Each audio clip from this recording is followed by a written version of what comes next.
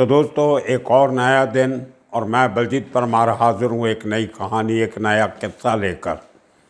आज हम बात करेंगे लॉरेंस बिश्नोई की रिमांड यात्रा की। वो शख्स जो सिद्धू मूसेवाले के केस में मास्टरमाइंड उभर के सामने आता है, उसको आज से तकरीबन 1 महीना पहले दिल्ली की तिहाड़ जेल से मानसा लेके आया जाता है सिद्धू मूसेवाले के केस में प्राइम एक्यूज की तरह से। 15 दिन का रिमांड लॉरेंस बिश्नोई का मानसा कोर्ट से मिलता है, 1 हफ्ते का पहले, 1 हफ्ते का बाद में। उसके बाद में उसको वहाँ से दूसरे रिमांड पे अमृतसर, एक पुराने केस के चक्कर में अमृतसर रिमांड में लिया जाता है। वहाँ पे तकरीबन 10 दिन रहने के बाद उसका तीसरा रिमांड होता है होशियारपुर जेल में, वहाँ एक और केस में वांटेड होता है। उसके बाद उसका रिमांड जब 10 दिन का तकरीबन ख़त्म होता है तो आज सुबह उसको होशियारपुर से 8:30 बजे वहाँ की पुलिस से ट्रांजिट रिमांड लेके मानसा के पास ही एक दूसरा इलाका है मलोट, मुक्तसर ज़िले में पड़ता है। तो मलोट की एक अदालत के इशू किए हुए ट्रांजिट वारंट पे लॉरेंस बिश्नोई को लाके आज मलोट की जुडिशियल मजिस्ट्रेट फर्स्ट क्लास की कोर्ट में पेश किया गया, जहां पे पुलिस ने उसका 15 दिन का रिमांड मांगा। लेकिन मजिस्ट्रेट जो एक लेडी मजिस्ट्रेट हैं, उन्होंने उसको 1 हफ्ते का रिमांड आज मलोट पुलिस को दे दिया। अब देखिए, ये एक जैसे एक यात्रा होती है, लोग धार्मिक किस्म के लोग डिफरेंट जगह पे यात्रा करने जाते हैं, उसी तरह मुझे लगता है कि पंजाब पुलिस लॉरेंस बिश्नोई को अलग-अलग पुलिस स्टेशन और कोर्ट्स की यात्रा करवा रही है। यात्रा इसलिए कहता हूँ कि उसके आसपास इतनी सिक्योरिटी, इतनी गाड़ियाँ, हाई सिक्योरिटी। मुझे ये नहीं लगता कि अगर किसी कोर्ट ने आपको कह भी दिया कि इसकी सिक्योरिटी का इंतज़ाम किया जाए, तो क्या 10 आदमी इसको सिक्योर नहीं कर सकते, 20 नहीं कर सकते? इतनी गाड़ियों का काफिला आगे पीछे, ट्रैफिक बंद करके ये एक वीवीआईपी ट्रीटमेंट उस शख्स को क्यों दी जा रही है, ये मेरी समझ से बाहर है। और शायद आपको भी ये बात बहुत मायूस करती होगी कि इतने केसेस में वांटेड एक क्रिमिनल को इतनी शोबाजी, इतना दिखावा, मीडिया इवेंट ऐसे क्यों प्रोजेक्ट किया जा रहा है, समझ में नहीं आ रहा है।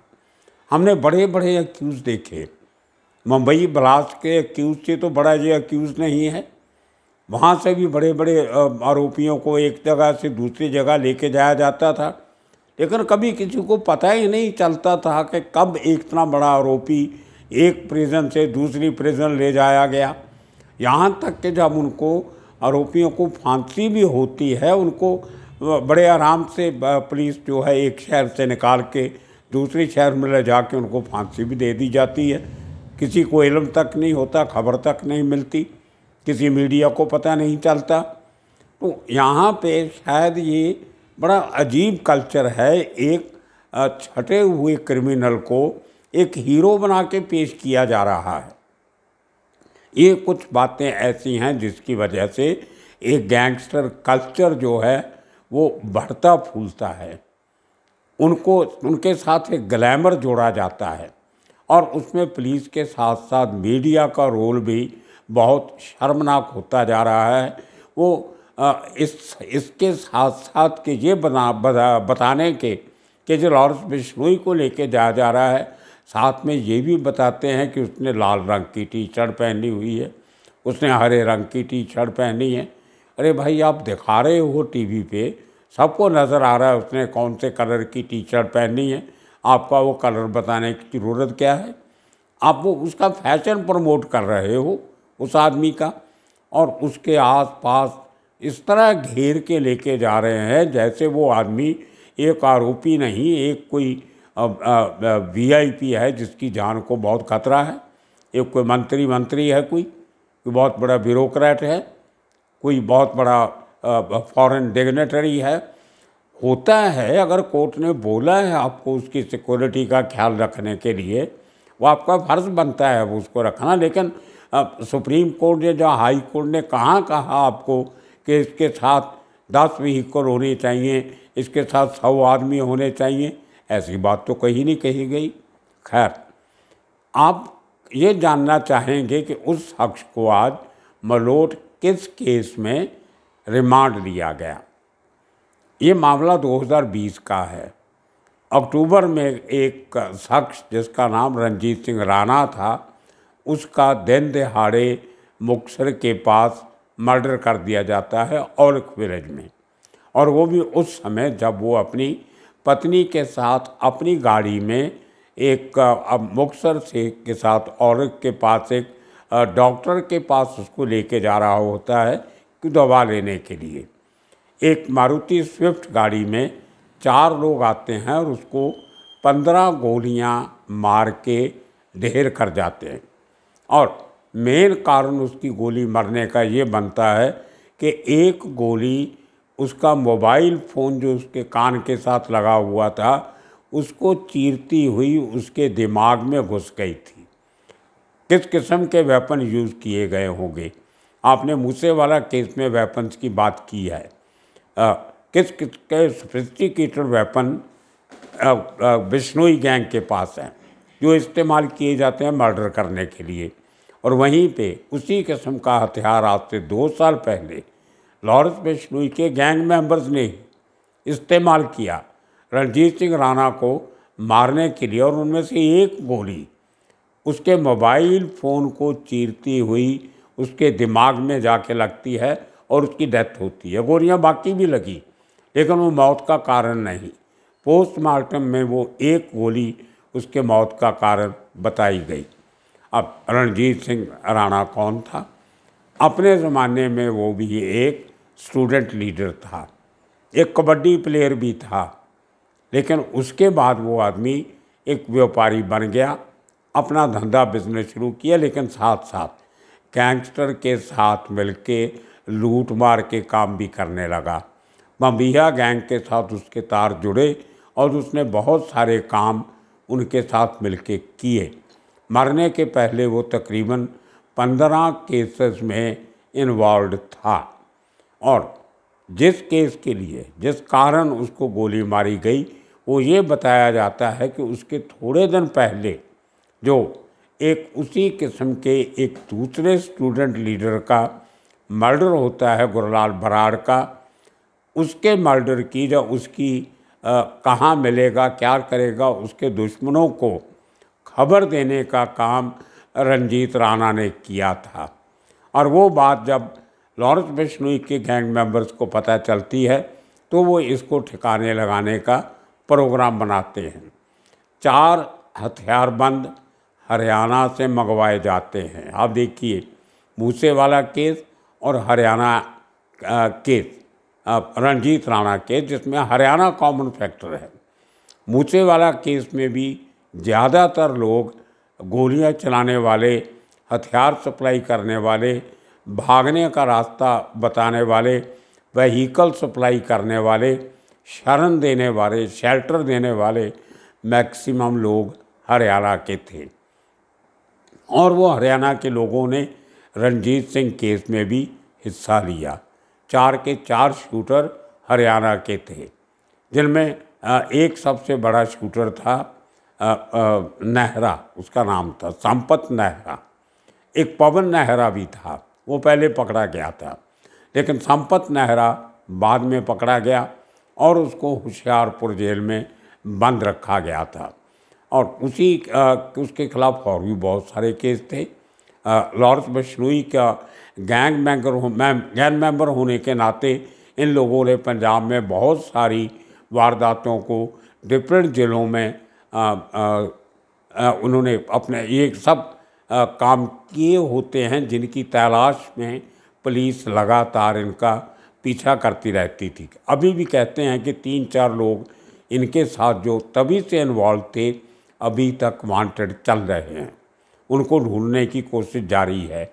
लेकिन होता ऐसे है कि जब केस नया नया होता है तो पुलिस बहुत गर्मजोशी दिखाती है, लेकिन उसके बाद जब एक दो आरोपी पकड़े जाते हैं तो वो केस एक तरीके से ठंडे बक्से में डाल दिया जाता है।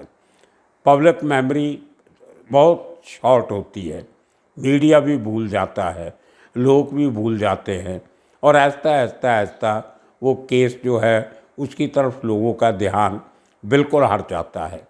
आज की घटना के बाद मुझे लगता है कि आप में से भी बहुत सारे लोगों को रंजीत राणा का ये 2 साल पुराना केस शायद याद नहीं होगा। तो उस केस में अब उसको क्यों मारा गया, रंजीत राणा को?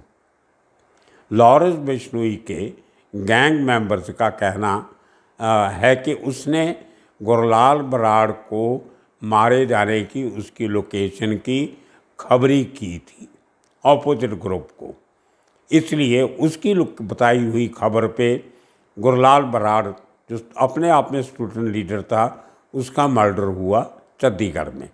अब गुरलाल बराड़ का भाई है गोल्डी बराड़, और पहली बार गोल्डी बराड़ 22 अक्टूबर 2020 को सबके सामने तब आया जब उसने रंजीत राणा के इस मर्डर का क्लेम किया, रिस्पॉन्सिबिलिटी ली कि रंजीत राणा को मरवाने का काम मैंने किया है, मैंने अपने भाई की मौत का बदला लिया है। गुरलाल बराड़ गोल्डी बराड़ का भाई था, तो वहाँ उसके पहले भी बहुत दुश्मनी आपस में चलती आ रही थी इनकी, लेकिन गोल्डी बराड़ का नाम कहीं नहीं था। पहली बार एक सोशल मीडिया पे पोस्ट पाके गोल्डी बराड़ ने इस बात की जिम्मेदारी ली कि रंजीत राणा को मैंने मरवाया है, और वो जो पोस्ट थी उसमें लॉरेंस बिश्नोई का नाम टैग किया हुआ था। तो उसका मतलब ये था कि मेरे इस बयान के साथ लॉरेंस बिश्नोई भी सहमत है और हमारे इस काम में लॉरेंस बिश्नोई शामिल था। खैर, सोशल मीडिया पे आने वाली पोस्ट का कोई लीगल मतलब नहीं होता है। ऐसी पोस्ट को आप अपना केस मजबूत दिखाने के लिए कोर्ट को दिखा तो सकते हो, लेकिन ये पीस ऑफ एविडेंस नहीं बनता। बहुत बार इसको नकार दिया जाता है क्योंकि प्लीज ये ले लिया जाता है कोर्ट कचहरी में जाके कि मेरी ईमेल, मेरी आईडी हैक हो गई थी, किसी ने मेरा वो मीडिया अकाउंट हैक कर लिया था, और किसी आर्टिस्ट ने, वॉइस आर्टिस्ट ने मेरी किस्म की आवाज़ निकाल के इससे कुछ बोल दिया, या मेरे नाम से एक फेक पोस्ट, मेरा अकाउंट हैक करके उसको लगा दिया। ये बड़े तरीके हैं जो लोग बड़े साइंटिफिक तरीक़ों से कोर्ट में सिद्ध कर देते हैं, नकार देते हैं कि इस तरीके से हमारा handle, social media handle misuse हुआ।